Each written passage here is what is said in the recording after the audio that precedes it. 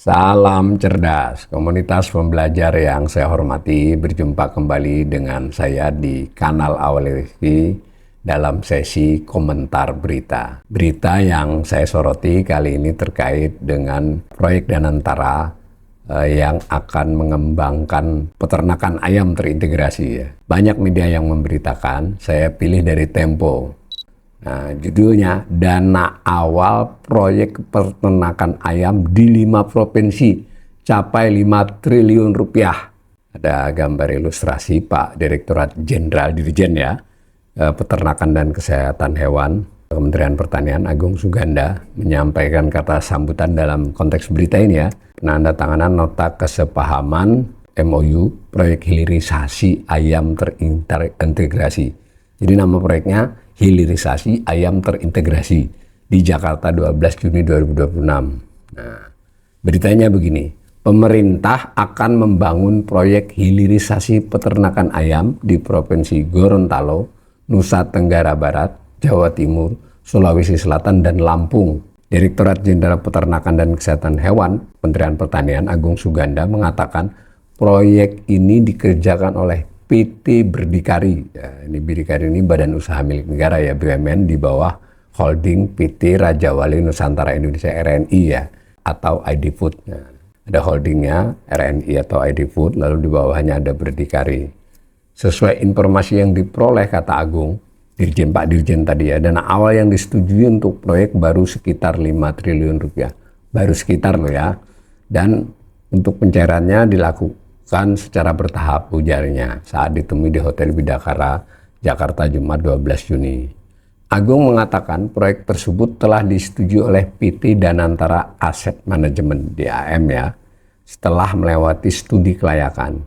Sebagai permulaan, PT Berdikari akan meminta persetujuan kepada ID Food agar dapat menggunakan anggaran 16,7 miliar sebagai tahap persiapan pembangunan fasilitas yang dibutuhkan. Ini 16,7 miliar duit kecil dalam konteks 5 triliun ini untuk ya semacam pendahuluan ya.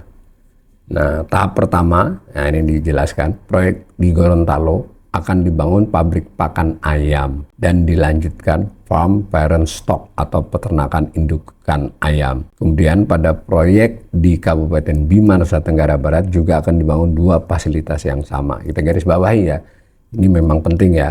Jadi Danantara melewati proyek ini mau masuk buat pabrik pakan ayam. Jadi saya kira ini termasuk yang memang harus diakui ya, salah satu penilaian assessment tidak hanya oleh Danantara, sampai para ekonom ahli pertanian sudah mengatakan persoalan peternak ayam di Indonesia adalah pakan ayam yang harganya volatil dan cenderung merugikan pada peternak, khususnya peternak yang kecil ya.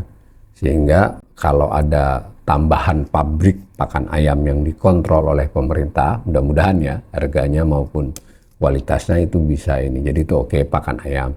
Kemudian ada disebut dengan farm parent stock ya, ini penting juga buat kita karena kita sudah nggak pernah impor DOC ya. DOC artinya yang dibesarkan oleh peternak itu, tetapi kita masih impor kakeknya ya, grain parent stock GPS. Nah itu yang menghasilkan DOC.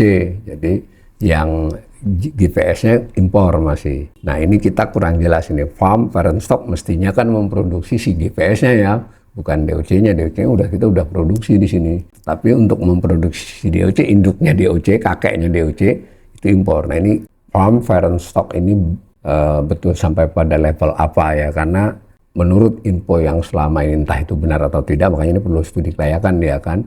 Ya opininya itu memang teknologi tinggi ya, sehingga kita GPS-nya suka ngimpornya dari Amerika.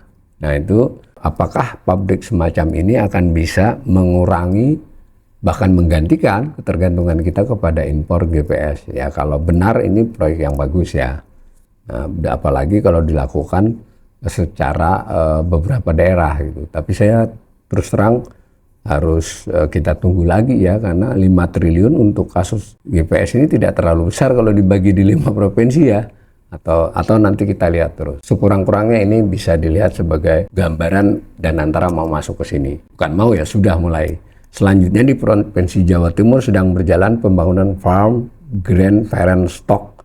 Nah ini Tadi cuma farm parent stock, ini farm grand parent stock, peternakan induk inti. Ini saya terus terang istilah-istilah teknis ini nanti kita di berita-berita berikut atau info berikut kita dalami ya.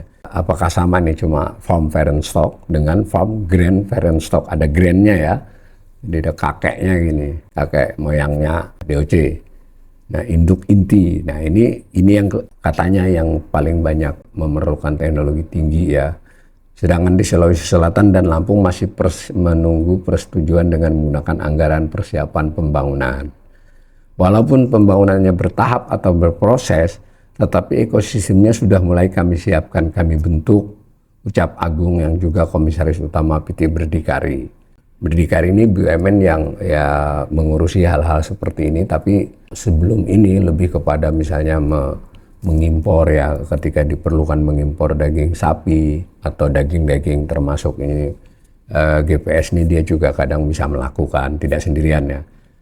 Maka ketika dia dibebani hal ini memang masih sesuai dengan tupoksinya selama ini. Dia mengatakan PT Berdikari juga telah melakukan penjajakan dan kerjasama dengan kelompok-kelompok dan koperasi peternak budidaya di Kabupaten Cianjur, juga telah berjalan sebagai percontohan untuk pembelajaran dan pengembangan ekosistem di 5 wilayah.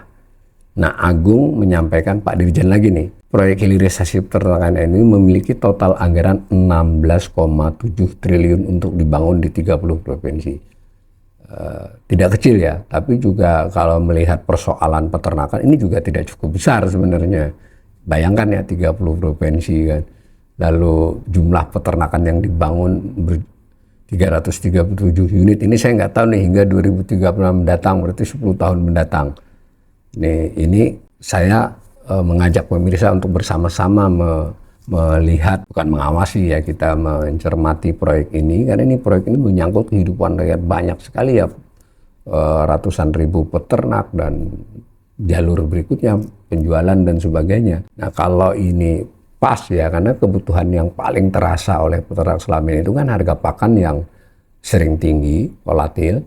Kemudian tadi mereka beli DOC, dari sisi mereka cuma dapat DOC yang mahal, tapi ujungnya DOC adalah grand parent tadi ya, indukan inti kan, bukan DOC-nya. Alasan itu mahal, DOC-nya jadi mahal dijual, penyuplainya terbatas.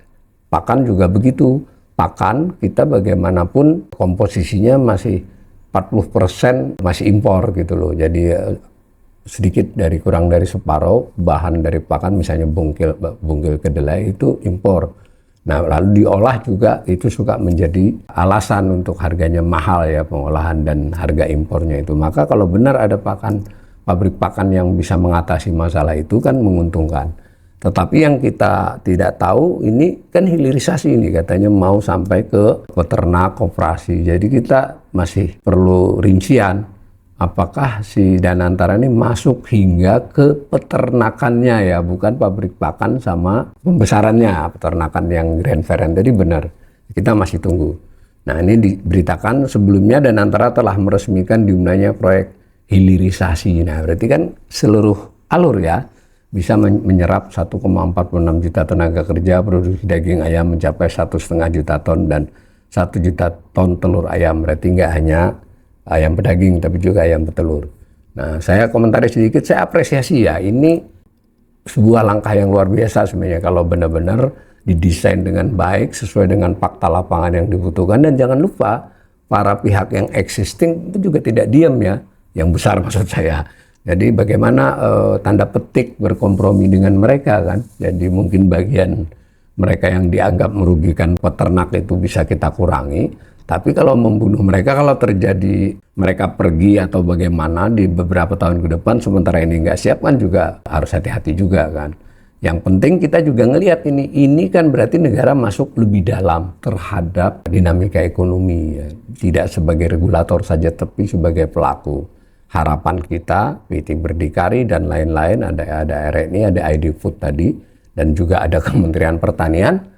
Apakah dengan mereka masuk itu nanti menjadi lebih efisien, lebih menguntungkan, terutama menguntungkan bagi peternak, dan giliran berikutnya juga menguntungkan buat kita semua konsumen, karena kalau ongkos produksi di peternak bisa ditekan, dia masih dapat margin yang cukup, maka harga sampai ke kita baik.